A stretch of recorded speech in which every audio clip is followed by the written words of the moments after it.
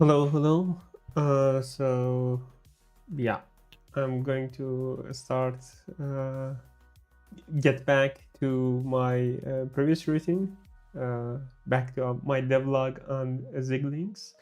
Last time I think it was around Tuesday where I reached to exercise number 51 in Ziglings, and then I had tangent on my path and get involved with a tutorial. It was supposed to be a simple one, uh, making a very basic calculator, and then it opened the door on yeah, some interesting low level challenges that I never cared about in Python. I was just opening a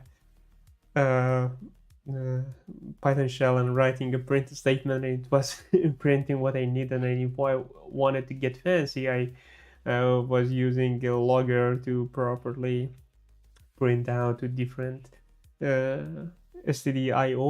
But here in Zig it was a little bit more challenging. I'm still not sure if the solutions I used are the best way to do it. I doubt it is, because it's super complex for such a simple requirement. I think there are better ways to do so, but I appreciate the challenge, to be honest. I learned a lot from it in a very high level. Of course, I still need to double down on my memory management. I hope Ziglings will shed some light to some extent to it, but in general, regardless of the Zig itself, I think this is part of the uh, uh, computer science practices that I might have forgot. I don't remember if I studied these concepts in back in university, to be honest. But if that was the case, I don't remember it anymore. So I need a refresher somewhere. So without further ado, let's jump in. I'm not sure how much time I'm going to invest in today's stream, but at least, as always, I'm going to solve uh, 5 problems, and then from there, I decide if I want to continue or not. So yeah, challenge number 51. If you thought the last exercise was a deep dive, hold on to your hat, because we are about to descend into the computer's molten core. Okay, shouting down here, the bits and bytes flow from raw to the from RAM to the CPU like a hot, dense fluid. The forces are incredible, but how does all of these relate to the data in our Zig programs? Let's head back up to the next editor, to the text editor, and find out. I'm getting blind, apparently. I cannot read the text from this distance. Ah, that's better. Yeah, it is better. I see better now. Now we can look at some familiar Zig code. At import, as the imported code to your own. In this case, code from the standard library is added to your program and compiled with it. All of this will be loaded into RAM when it runs. Oh, and that thing we name const std, that's a struct. Okay, that makes sense, right? The properties we are using from std probably are from struct. I think the previous tutorial I did help me to understand the structure of these. So remember our old RPG character struct. A struct is really just a very convenient way to deal with memory. These fields, gold, health, experience, are all values of a particular size, and them together and you have the size of the struct as a whole. Okay. So here we have 32 bits, 8 bits, 32 bits. Is this the size of the struct? Okay. Here we create a character called the narrator that is a constant immutable instance of a character struct. It is stored in your program as data, and like the instruction code, it is loaded into RAM when your program runs. The relative location of this data in memory is hard-coded, and neither the address nor the values changes. Okay. This global wizard character is very similar. The address for this data won't change, but the data itself since this is a var and not a const. Okay, but if we change it, the gold wizard variable will not point to this structure anymore. And Zig doesn't have a garbage collector. What will happen here? Maybe to do what will happen to struct when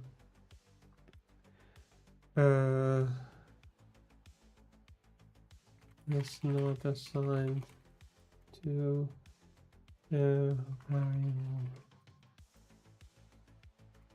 Okay. A function is an instruction code at a particular address. Function parameters in Zig are always immutable. They are stored in the stack. A stack is a type of data structure, and the stack is a specific bit of RAM reserved for your program. The CPU has a special support for adding and removing things from the stack, so it is an extremely efficient place for memory storage. If I remember correctly, this should be part of the responsibility of the operating system, right? Do who is responsible?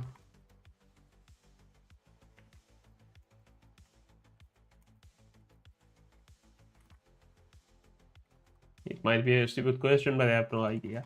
Yeah, it says the CPU, but I doubt the CPU itself is defining the stack size. The CPU has a special support for adding and removing. Yeah, that part I read. Also, when a function executes, the input arguments are often loaded into the beating heart of the CPU itself in registers. Yeah.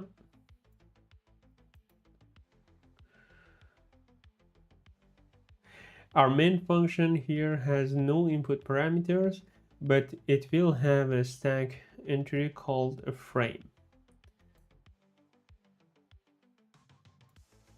Okay. Here the glorp character will be allocated on the stack because each instance of glorp is mutable and therefore unique to the invocation of this function.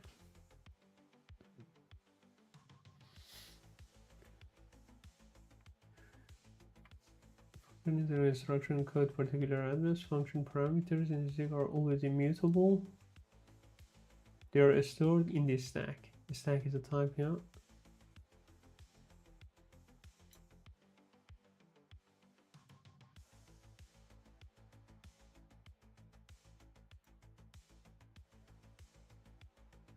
Okay, so they are always loaded into a stack. And when the function executes, these parameters. What is the difference between function parameters and input arguments? I think here they mean the same, right? When the function starts executing, okay, let's assume that. And then here glorp character will be allocated to the stack because each instance of glorp is mutable and therefore unique to the invocation of this function. Okay, that makes sense, right? It's in the scope of this function.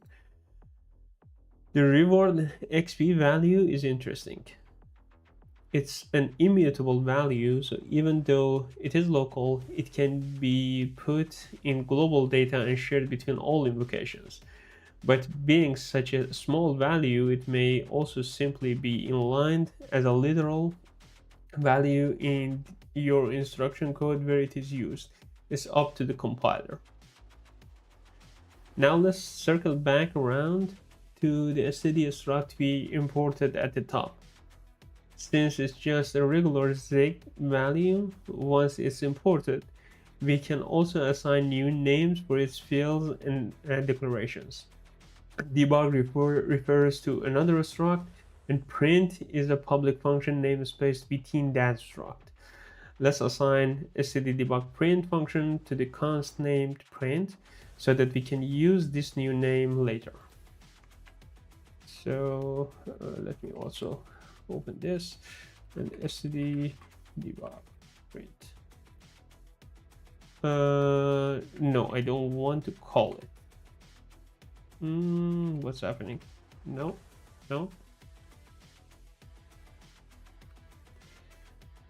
Yeah, this is where my autocompletion is getting annoying. But yeah, this is now a function that I can directly call. Now let's look at assigning and pointing to the values in Zig. We'll try 3 different ways of making a new name to access our glorp character and change one of its values. Glorp access 1 is incorrectly named. We ask Zig to set aside memory for another character struct. So we assign glorp to glorp access 1 here. We are actually assigning all of the fields to make a copy. Now we have 2 separate characters.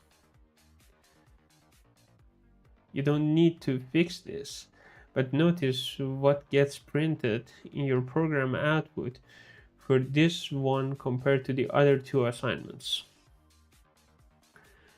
So glorp access 1 is not actually accessing it.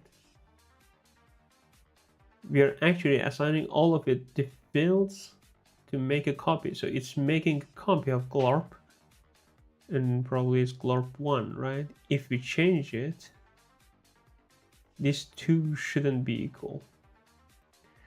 I'm going to check it when we run the program. I'm not sure if there is any errors.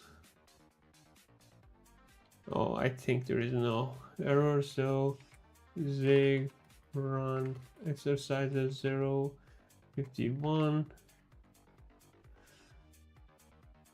Okay, no, there is an error. Okay, let's continue for now. Note, if we tried to do this with a const character instead of a var, changing the gold field would give us a compiler error because const values are immutable. Glorp access 2 will do what we want. It points to the original glorp's address. Also remember that we get one implicit reference with struct fields. So accessing the gold field from gold to access looks like we are just accessing itself. So we don't need to put a dot star and then gold. I wonder if we put it, it will raise an error. Probably will. I will try that as well. Glorp tree is interesting. I think this is where the error lies. No, it's not. It's line 177, very bottom. Anyways, it's also a pointer, but it's a const. It won't that disallow changing the gold value? No. As you may recall from our earlier pointer experiments, a constant pointer can change what it's pointing at, but the value at the address it points to is still mutable, so we can change it. Yes, it makes sense, right? Inside the functions, what we are receiving is immutable. But if we pass a pointer to the function, it will be mutable. The value itself would be mutable. So we cannot assign anything else to glorp access tree, but we can change the value inside it. Note, if we try to do this with a star const character pointer, that would not work and we would get a compiler error because the value becomes immutable. Okay, so here if I put const, it will be immutable. Moving along, yeah. When arguments are passed to a function, they are always passed as a constant. within the function, regardless of how they were declared in calling functions. Okay. Once more, when arguments are passed to a function, they are always passed as a constant within the function, regardless of how they were declared in the... Yeah, this I knew. So if we have it here, we cannot change arg, even if arg is mutable. Knowing this, see if we can make level of work as expected. It should add a specific amount to the supplied character's experience. Okay. So if we put a star here,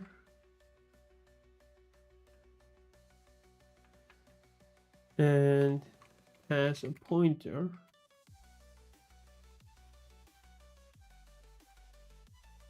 yeah, this work. And there is more. Data segments allocated at compile time and the stack allocated at runtime aren't the only places where program data can be stored in memory. They are just the most efficient.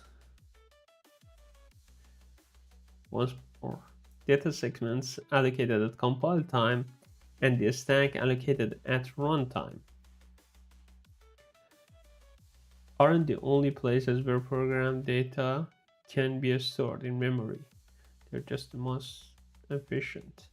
Sometimes we don't know how much memory our program will need until the program is running. Also, there is a limit to the size of the stack memory allocated to the program, often set by your operating system.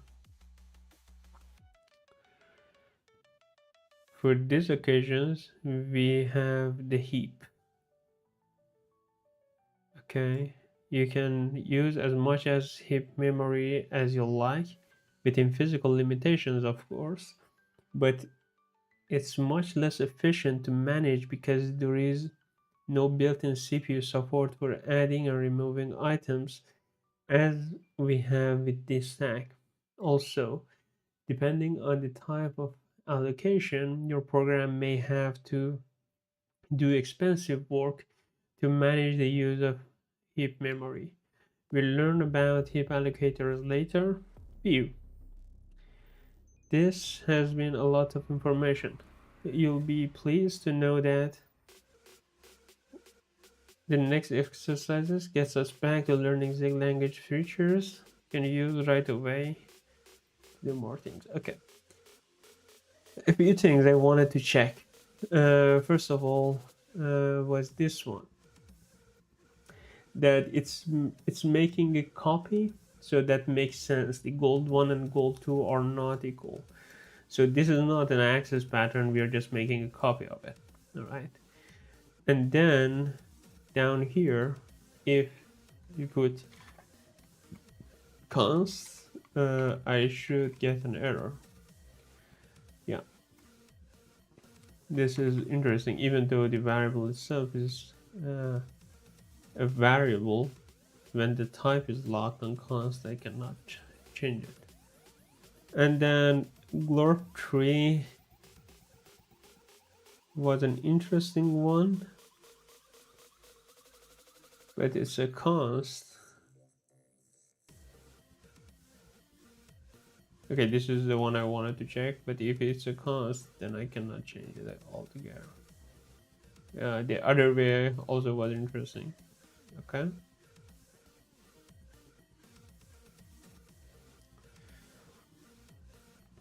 I don't know about data segments. What are they?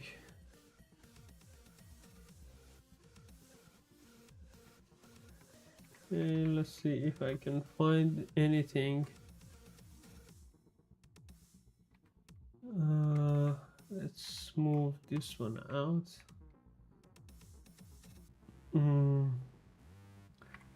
Data segments.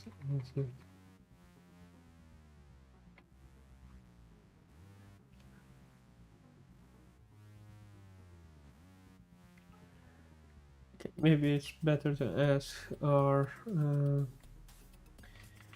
GPTEL friend. Yes, I want the Copilot instance. What are data segments? Data segments are sections of memory or file structure that contain different types of data in a program or system. Here are the main types. Memory management. It's okay. We have text code segment contains executable instructions. Then data segments contains initialized global static variables. BSS uninitialized global static variables. And heap dynamic memory allocation, stack local variables, and function call data. Okay. The other two are not interesting. Their specific meaning depends on the context, but generally refers to organized division of data in a programming language like Zig. What the use of data segments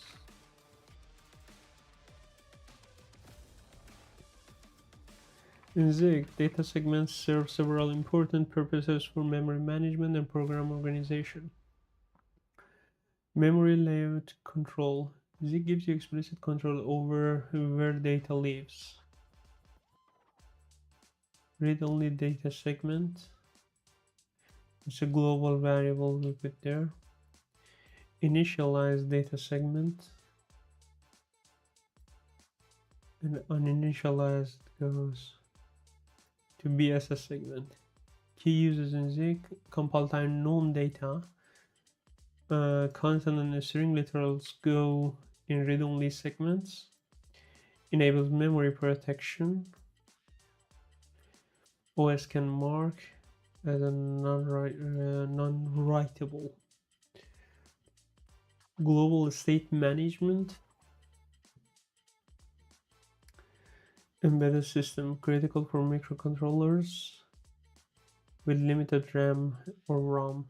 Zig lets you specify exact memory section. Performance optimization, data locality, related data group together, cache friendly access patterns, reduced memory fragmentation, binary size control. And one last question, what BSS stands for?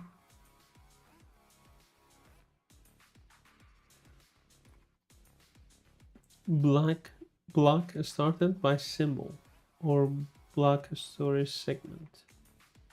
Historical origin, the name comes from an old IBM assembler directive.bss that was used to reserve a block of memory without initializing it. What BSS contains in modern systems like Zig, the BSS segment contains uninitialized global variables, static variables. Okay, this is a lot, but it's kind of clear. Let's continue the next exercise. Exercise number 52. We've seen that passing arrays around can be awkward. Perhaps you remember a particularly horrendous function definition from quiz 3. Honestly, I don't remember, but yeah. This function can only take arrays that are exactly 4 items long. That's the trouble with arrays. Their size is part of data type and must have hard-coded into every usage of that type. This digits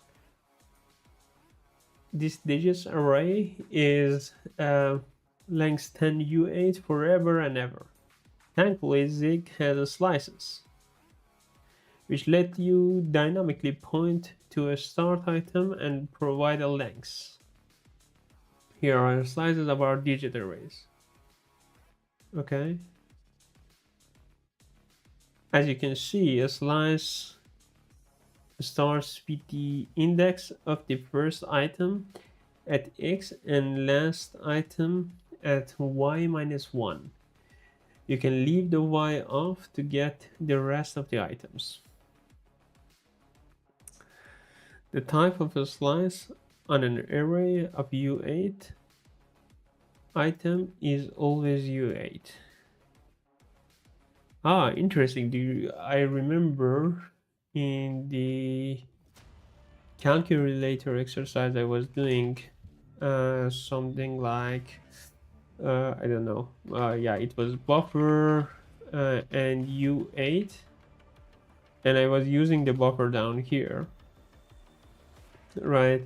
And when I was calling name with let's say I had var buffer and it was 16 U8 undefined. When I was calling the buffer, passing the buffer here, it was raising an error because here I wasn't defining the size of it, so I needed to hardcode it. The exact problem is what referring to here, but does that mean I could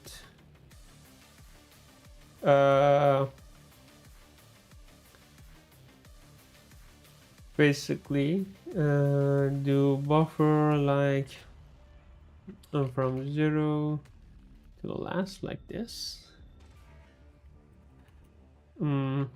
Let's try something. I want to open Godbolt.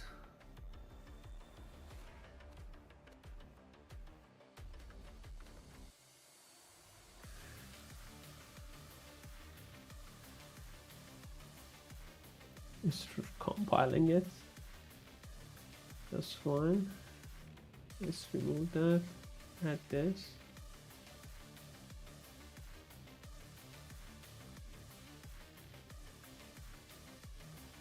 Can you compile? Or I can do it in my code, no matter. Let's for now actually remove this and put it down here.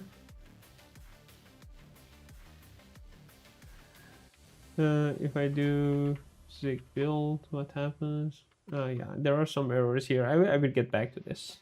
Let's first solve the problems of this one. Please put the first 4 cards in hand 1 and the rest, okay? 0 to 5 and from 5 to the end.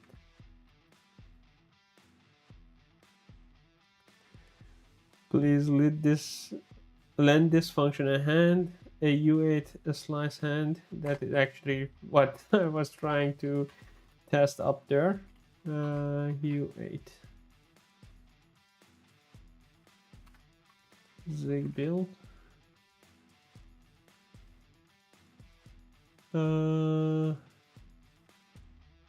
Line 30, 36. Let's remove this, right? It's now useless.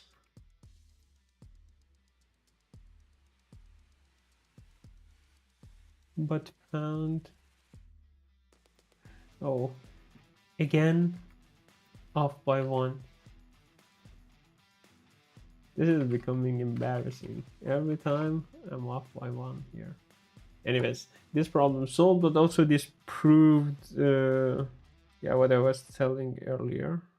Did it? Because here the size is not defined. That's because it is. Yeah, it is a slice, not an array. Fun fact. Under the hood, the slices are stored as a pointer to the first item and a length. I'm not sure, but if I remember correctly, this is also how arrays are defined in C. I might be wrong, but this is kind of like a linked list. Uh, do I want to prove it? I'm not sure.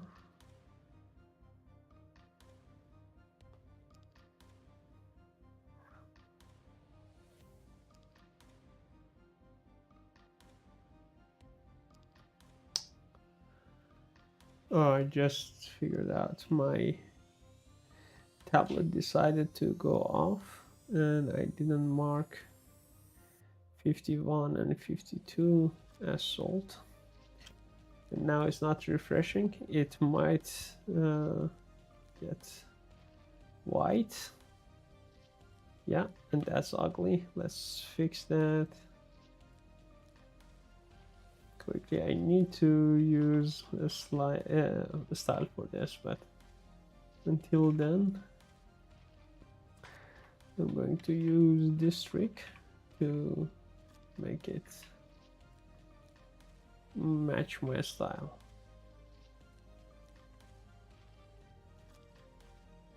Yeah, it's better now. Okay, let's go to 53. You're perhaps tempted to try slices on the strings. They are arrays of U8 characters after all, right? Slices on the strings work great. There is just one catch. Don't forget that Zig string literals are immutable values, so we need to change the type of slice from to okay. Yeah. See if you can fix this zero wing inspired phrase, this scrambler. What are we looking at? What's the problem? Expected U8 found. Star const 8 U8 at line 20.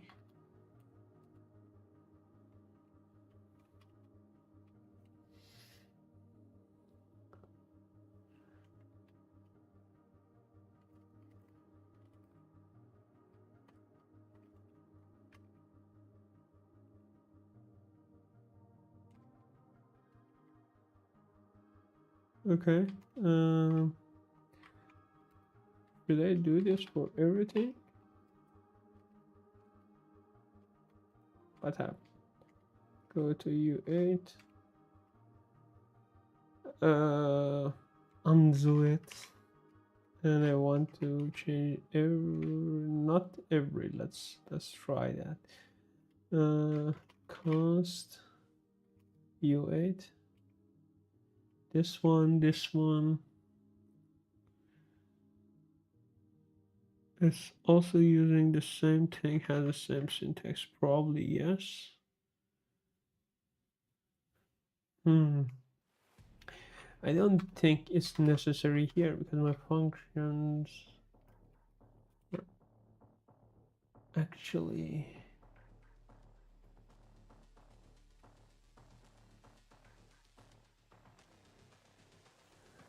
they were necessary here as well.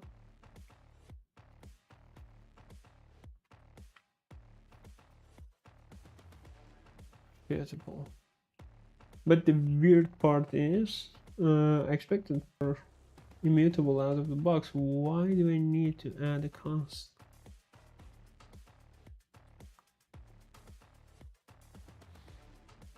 Even if it's not a const, you cannot change it, right? Anyways, 53 sold. 54. You can also make pointers to mutable items without using a slice.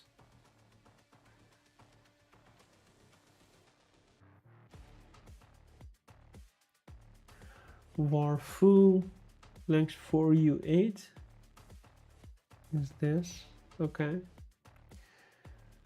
And then full slice of U8, we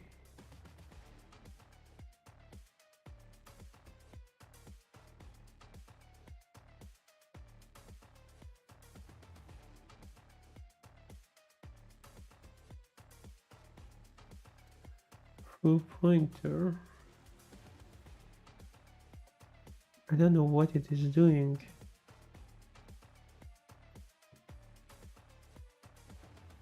Full slice from pointer.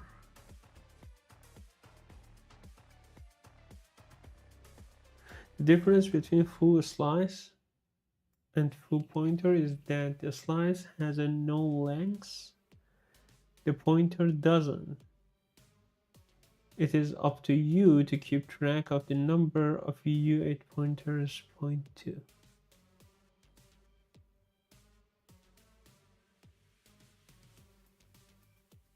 Is it an array pointer? It's like when you do a slice, you're actually making this, but you also storing the size. But with this, you don't have it. Take a good look at array type to which we are coercing the Zen12 string. The real nature of a string will be revealed when we've learned some additional features.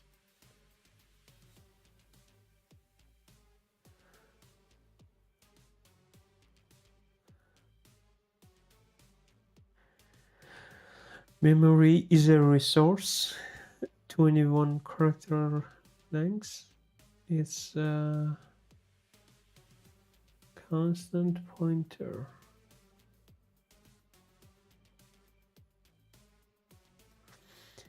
It would also have been valid to coerce to a slice.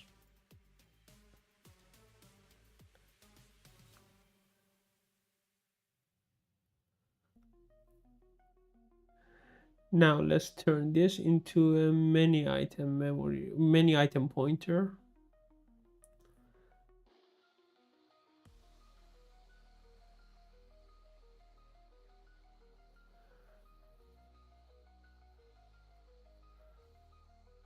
It's okay to access Zen many PTR just like an array or a slice as long as you keep track of the links. A string in Zig is a pointer to an array of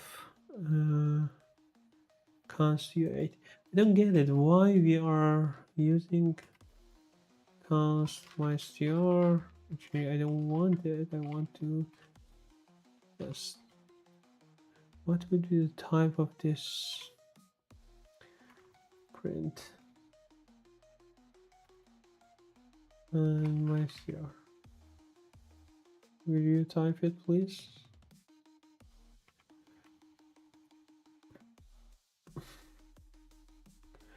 Okay, then a string, right? Is a star constant pointer to an array of certain lengths of U8. Okay, that's fine. Then now let's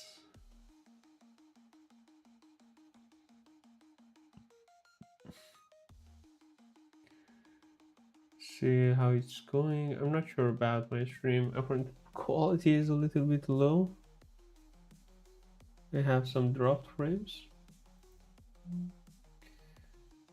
Let me check that first.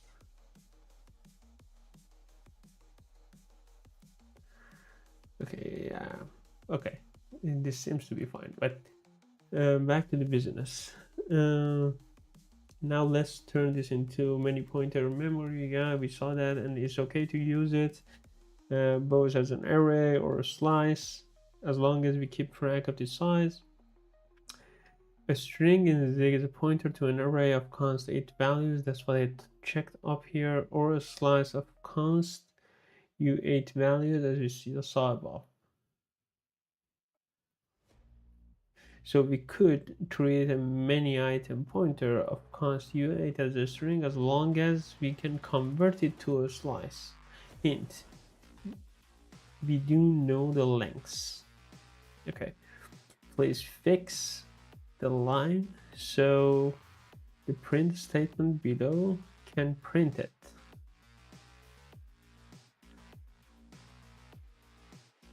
Hmm.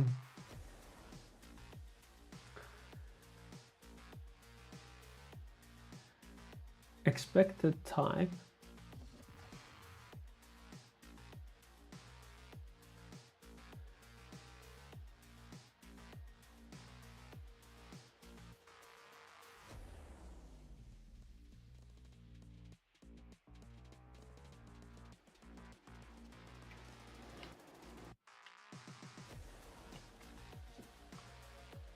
Does this work?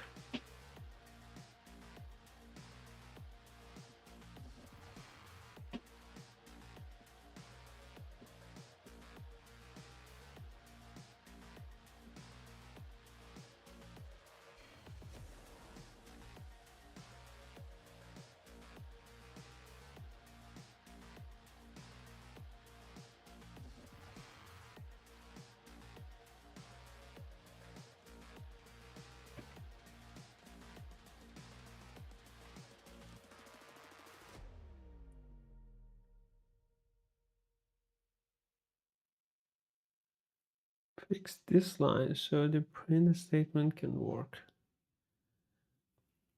Are all of these pointer types starting to get confusing? Yes.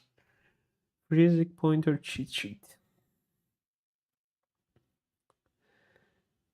This is U8, pointer to U8, two U8s, pointer to known number of U8s.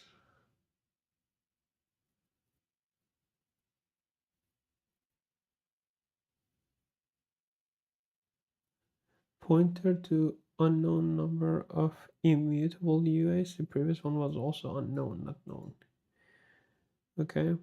Pointer to an array of two U8s.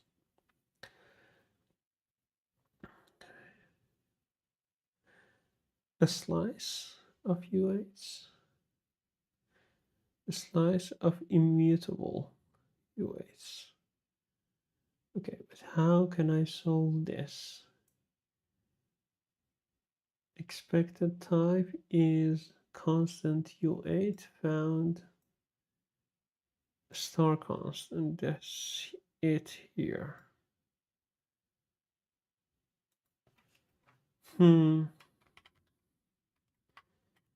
If I do this, what happens?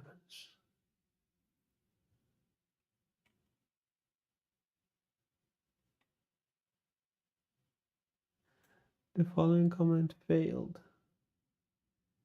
with one compilation errors. Invalid type given to steady mem span.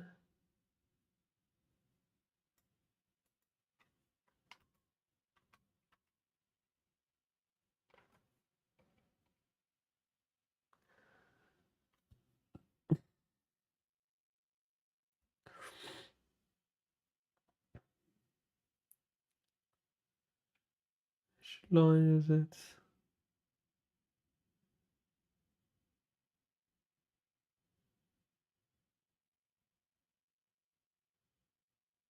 Okay, this is not an interesting error. Now stdmem internal library is raising something. And I couldn't turn this into what I need here basically is to have the size of it. But how can I have that?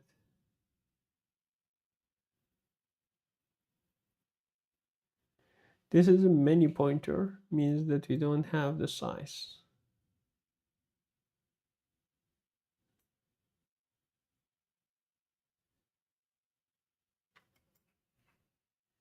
Or a slice of const U8 values as we see above. So we could treat a many items pointer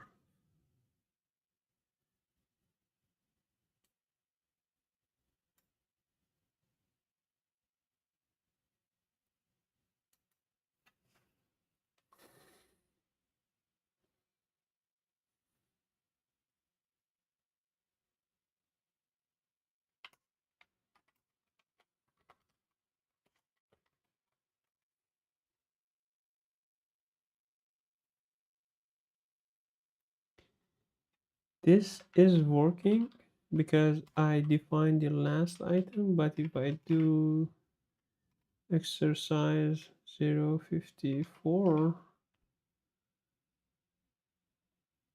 without the ending size, it doesn't know it. That kind of makes sense, right? Because I don't know the size. But what I could do to be safer is to do like this.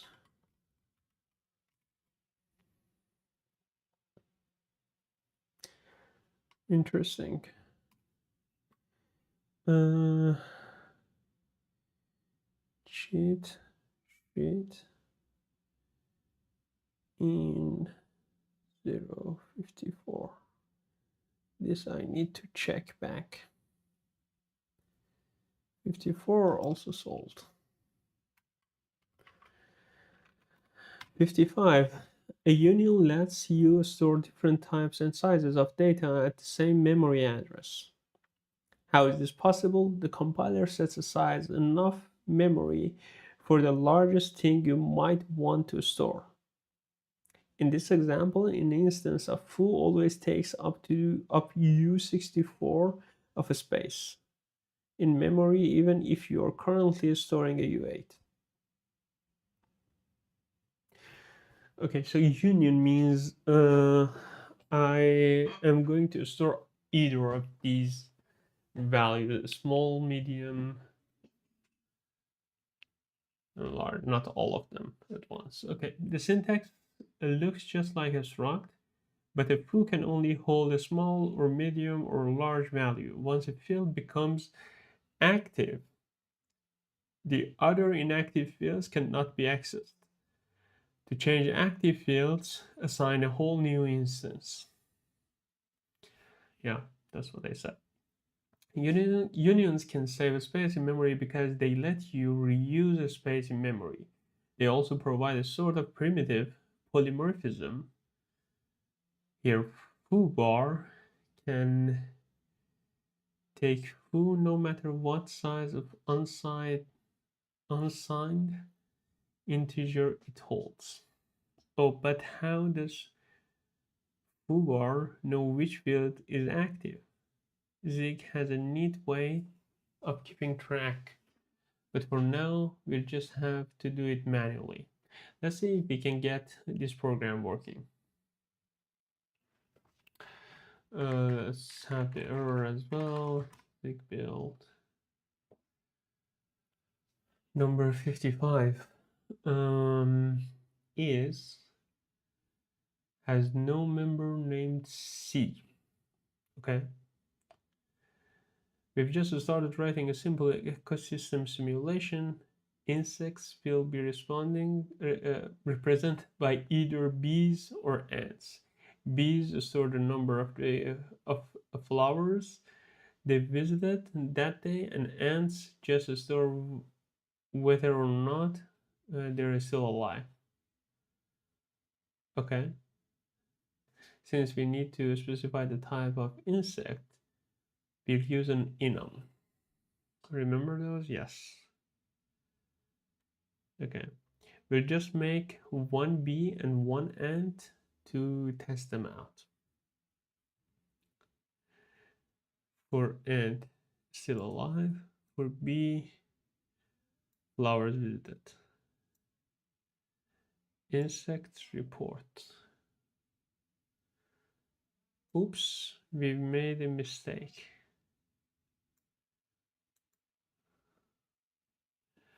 Ant or bee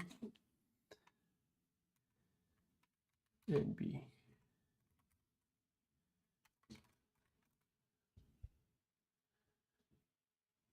Okay. Eccentric Dr. Zorpetras says that we can only use one function to print our insects. Dr. Z is a small and sometimes inscrutable, but we do not question her.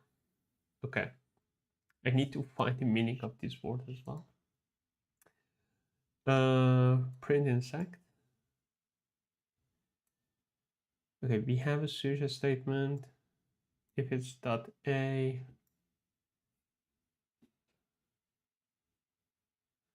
okay, this is an easy one. 55 sold. I'm going to take a break and maybe get back for a few more.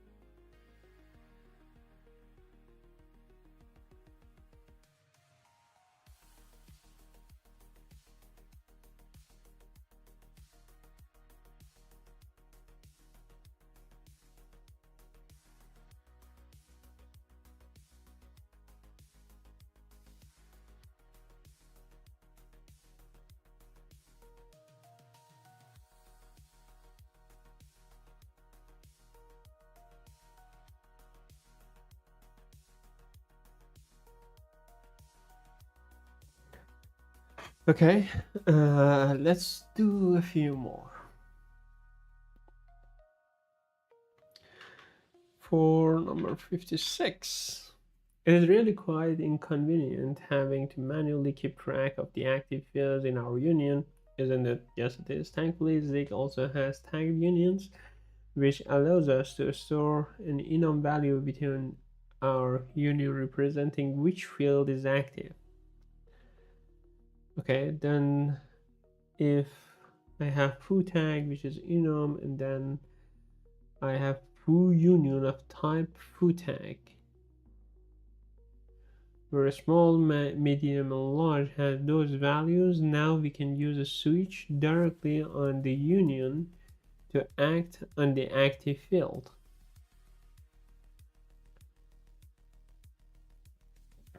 Let's make our insects use tagged union. Dr. Zorptera approves. Okay. Insect stat. Yes, we have the enum now. And then pass that enum to union. And then define the type for each of the values inside the enum. And then we have the same thing as before. And down here, print insect would be ant and bee. And down here, I have insect.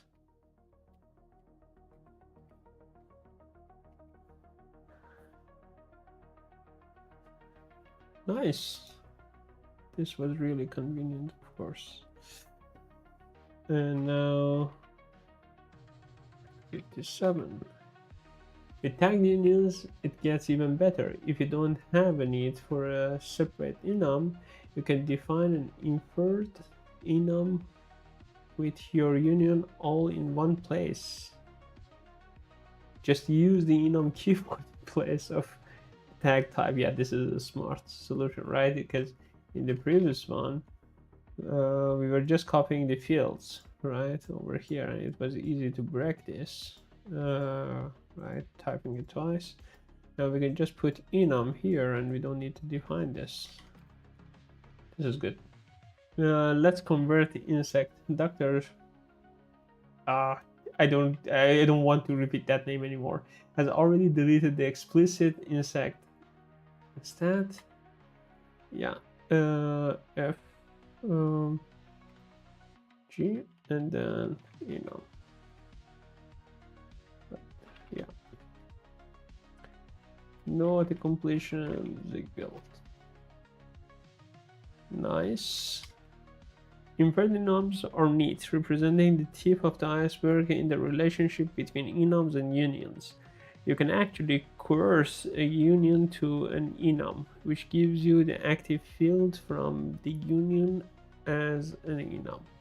What's even wilder is that you can coerce an enum to a union.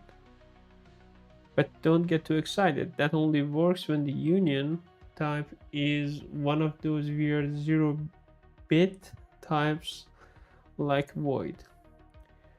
Tagged unions, as with most ideas in computer science, have a long history going back to 1960s. However, they are only recently becoming mainstream, particularly in system-level programming languages. You might have also seen them called variants, subtypes, or even enums. Okay, that's fine. We've absorbed a lot of information about the variations of types we can use in Zig. Roughly in order, we have U8, single item pointer, a slice, array of 5 U8s, many item pointer, set of unique values A and B, set of unique error values E and F, a struct, group of values Y and Z, single value either U8 or I32. Values of any of the above types can be assigned as var or const to allow or disallow changes mutability via the assigned name. Yeah, we can also make error unions or optional types from any of the above. Knowing all of this, maybe we can help out a local hermit. He made a little Zig program to help him plan his trips through the woods, but it has some mistakes.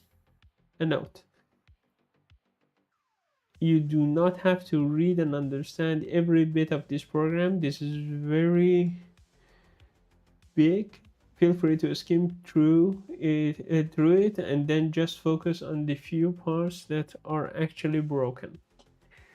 Okay, that's thank you for considering. And then we have print. The GRU is a nod to Zork. Trip error, unreachable, eaten by a GRU. Okay. Let's start with places on the map.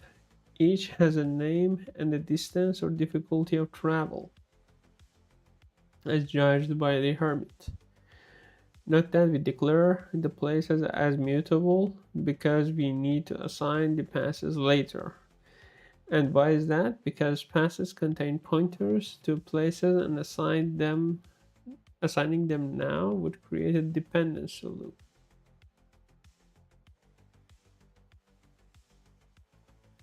Because passes contain pointers to places. Ah, okay.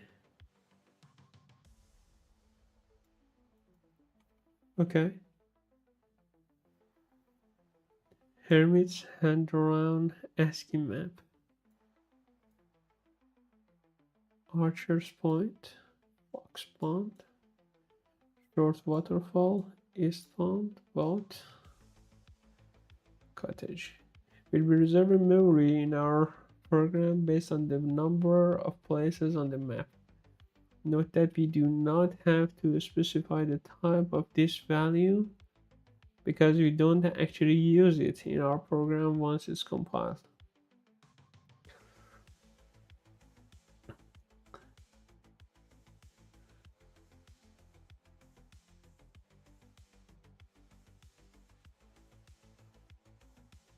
It really doesn't make sense. Okay. Now let's create all of the passes between sites. The pass goes from one place to another place. This is the pointer they were talking about up here, and why they didn't put distance.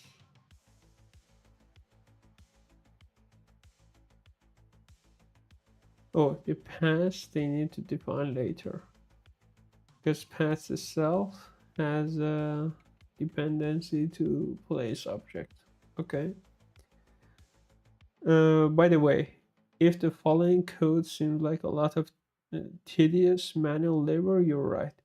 One of Zig's killer features is letting us write code that runs at compile time to automate repetitive code, much like macros in other languages. But we haven't learned how to do that yet.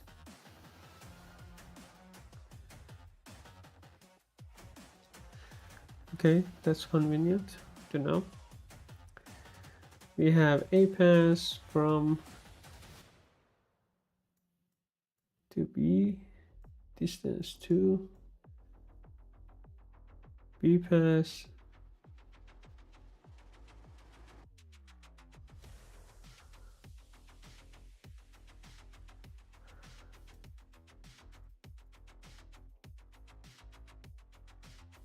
Okay. Once we've plotted the best course through the woods, we'll make a trip out of it. A trip is a series of places connected by passes.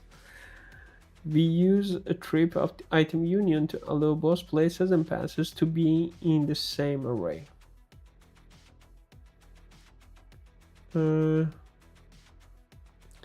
Trip item, we have place, and then we have path. This is a little helpful function to print the two different type of item correctly. It's a place. Oops, the Hermit forgot how to capture the union values in a switch statement.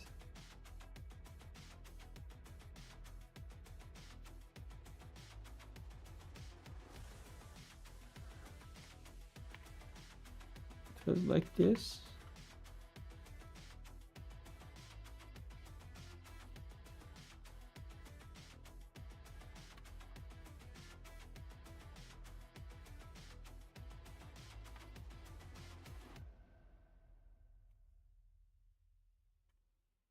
Some errors changed.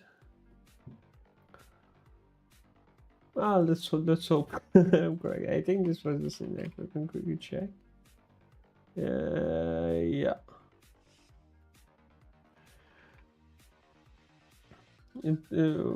Yeah, why it's not showing? Probably Ejilot is fussing. The Hermit's notebook is where all the magic happens. The notebook entry is a place discovered on the map, along with the path taken to get there and the distance to reach it from the start point. If you find a better path to reach a place, shorter distance, we update the entry. Entries also serve as a to-do list, which is how we keep track of which paths to explore next. Okay. Hermit notebook, place, from, and distance. Okay. Hermit's notebook. Remember the array repetition operator? It is no mere novelty. It's also a great way to assign multiple items in an array without having to list them one by one. Here, we use it to initialize an array with null values. So for all of the values, we are setting it to null. Okay, interesting trick. The next entry point keeps track of where we are in our to-do list. Oh, we are making a structs again. Okay. Mark the start of empty space in the notebook. We'll often want to find an entry by place. If one is not found, we'll return null. Get entry. For item self entries, we are getting entry and the index. If I bigger than equal to end of entries, break. Here's where the Hermit got stuck. We need to return an optional pointer to a notebook entry. What we have with entry is the opposite, a pointer to an optional notebook. To get one from the other, we need to dereference entry and get the non-null value from the optional and return the address of that. The if statement provides some clues about how the dereference and optional look like together. Remember that you return the address with the AND operator.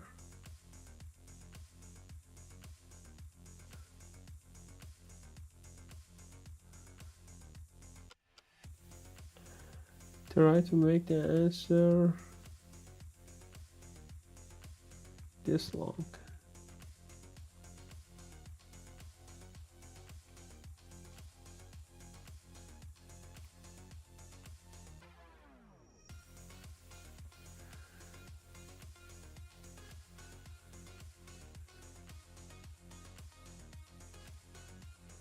Pointer to an optional notebook entry.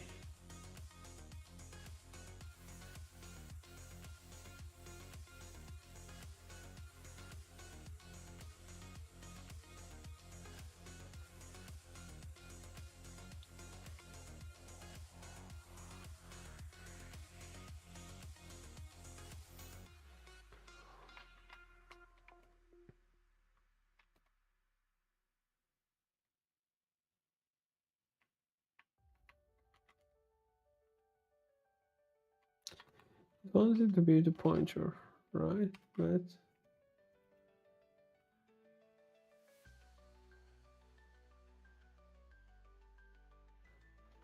I'm not sure about this one. And the annoying part is that I'm not getting error related to this, but for the whole file. So let's first fix the errors, and that might make it more interesting. Where was I? It was line 258. And now I have an error on 321. What it's saying is here this function needs to return an error if the request that this can actually happen in our map, since every place is reachable by every other place.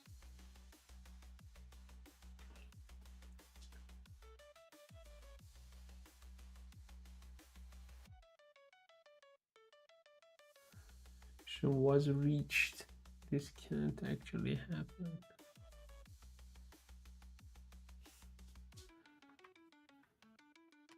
Do we have any error definition?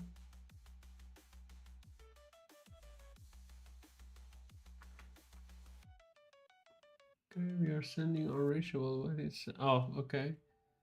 Here in the function, we are defining it as void. We want to be able to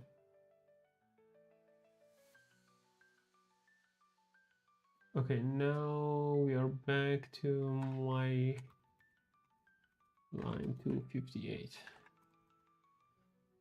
Expected type.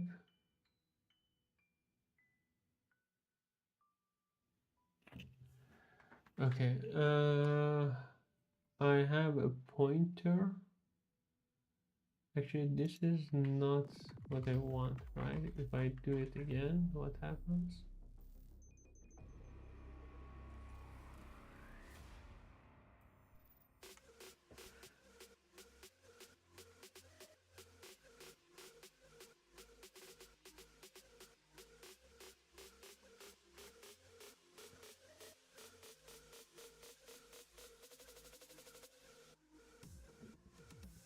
Expected found. Okay, now if I do and beautiful.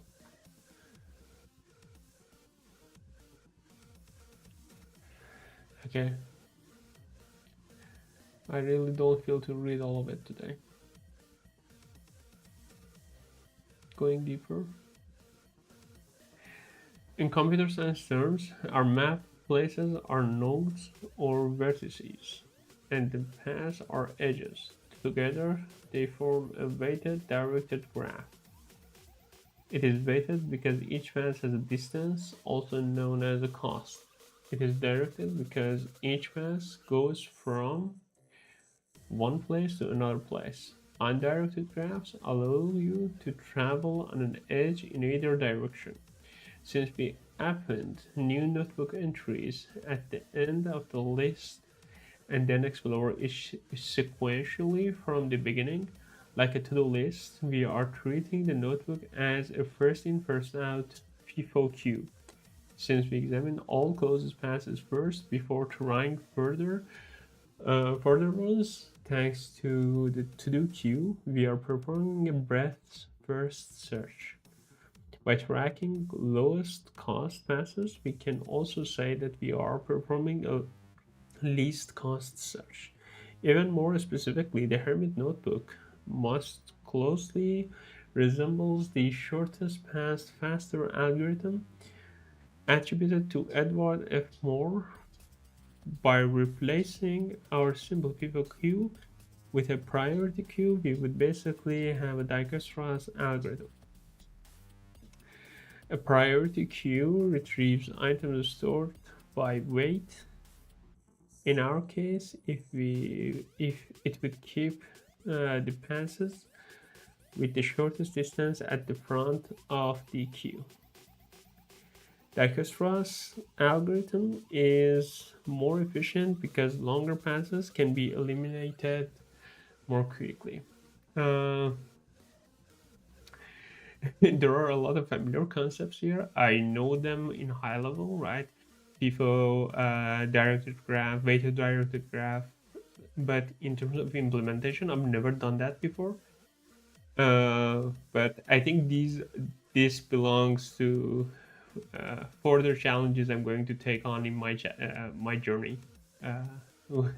The problem with high-level programming for so long is that you basically never have this kind of uh, experiences required, right? You don't need to solve problems in this level. The problems you are solving in are higher level. I'm not saying that this knowledge won't be helpful there, but it's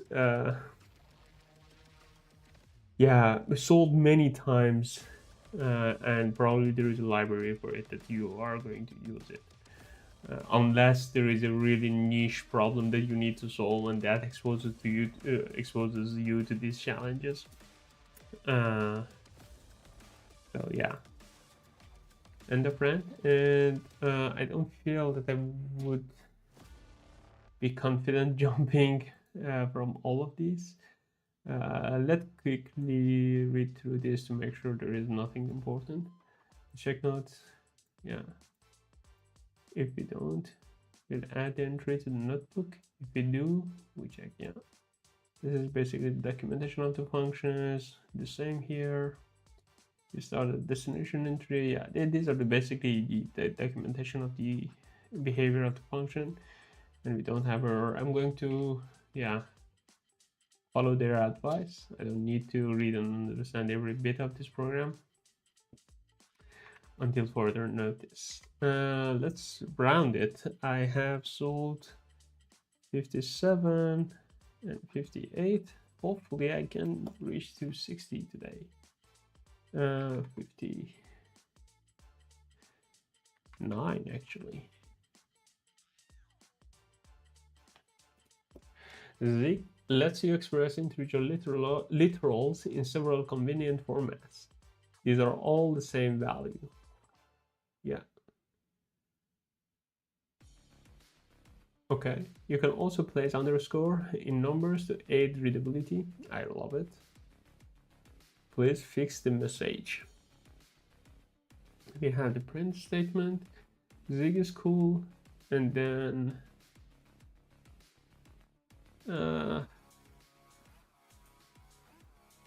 okay.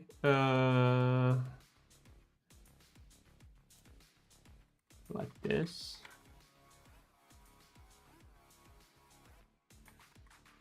And then here, how much do I need? And add 1. And also add 1. Yeah, 59 also sold.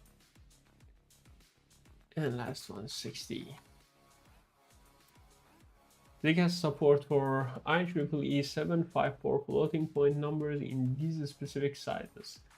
F16, 32, 64, 80, and 128 floating point literals may be written in the same ways as integers, but also in scientific notation. So e to the power of something, right? Okay. Hex floats can't use the letters E because that's a hex digit, so we use a P instead. Okay, this cannot happen, so we put, okay, 4. Okay, yeah, E is a hex digit, A, B, C, D, E, F.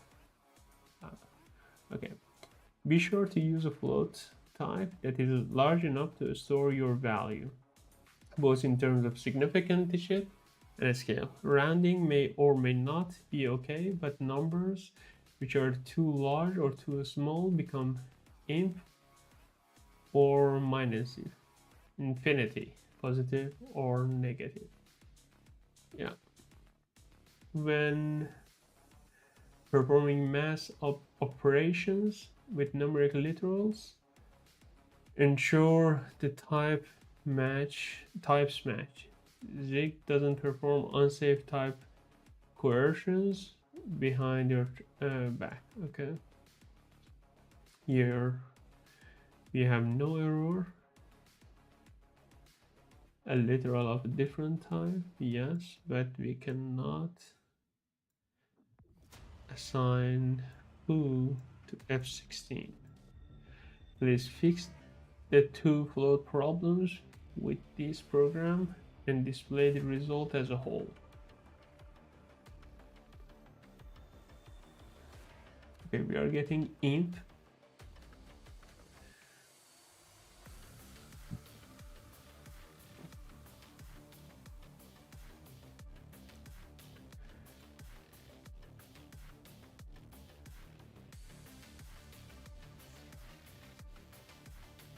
Okay. We had 1632, so here we need to put 32.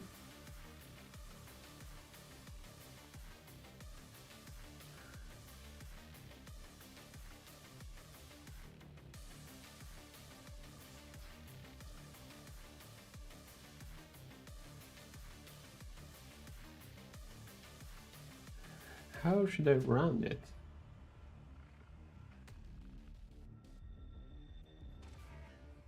I have 3 more numbers here. Can I do F24? It's not there, right?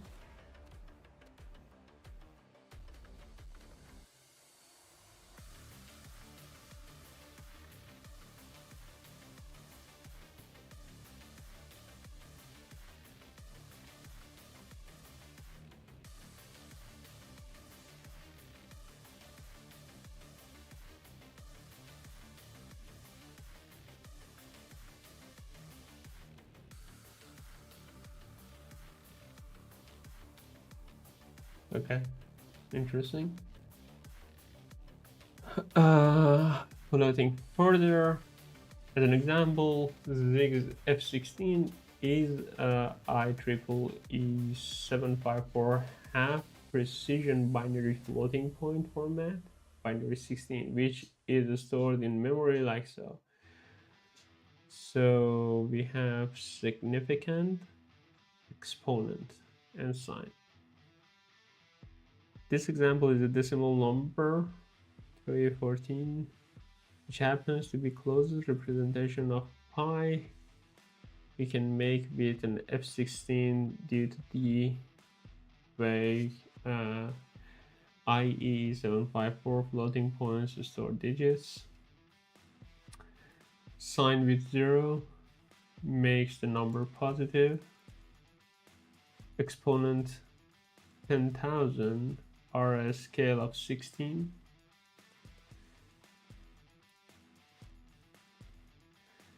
Significant bits are decimal 584. Save the space by modifying these values. Value 0111 is always subtracted from the exponent bits. In our case, 10,000 minus this would be 1. So our exponent is 2 to the power of 1. And our significant digits become decimal values after an implicit 1. This gives us 2 to the power of 1 multiplied by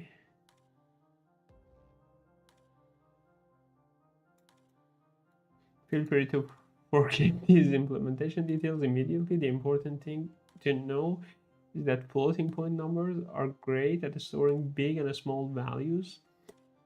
F64 lets you work with numbers on the scale of the number of the atoms in the universe, but digits may be rounded, leading to results which are less precise than integers. Fun fact, sometimes you'll see the significant labeled as Mantiza, but Donald E. Knuth says not to do that. See compatibility fact. There is also a Zig floating point type specifically for working with CABI called C long double. Interesting. Yeah, I think that's it for today. This was a long one. I honestly felt a few times trapped with the problems. It was more challenging than the previous devlogs I had, but that also shows that now I'm getting out of my comfort zone and doing the things that either I don't know, I have never done before, or I've done and or forgotten. So that's actually a good sign. Yeah, if you watched it, thank you. Please feel free to leave a comment and let me know what I don't know. If I made a mistake somewhere, please let me know. I would appreciate it. And have a nice day. Cheers.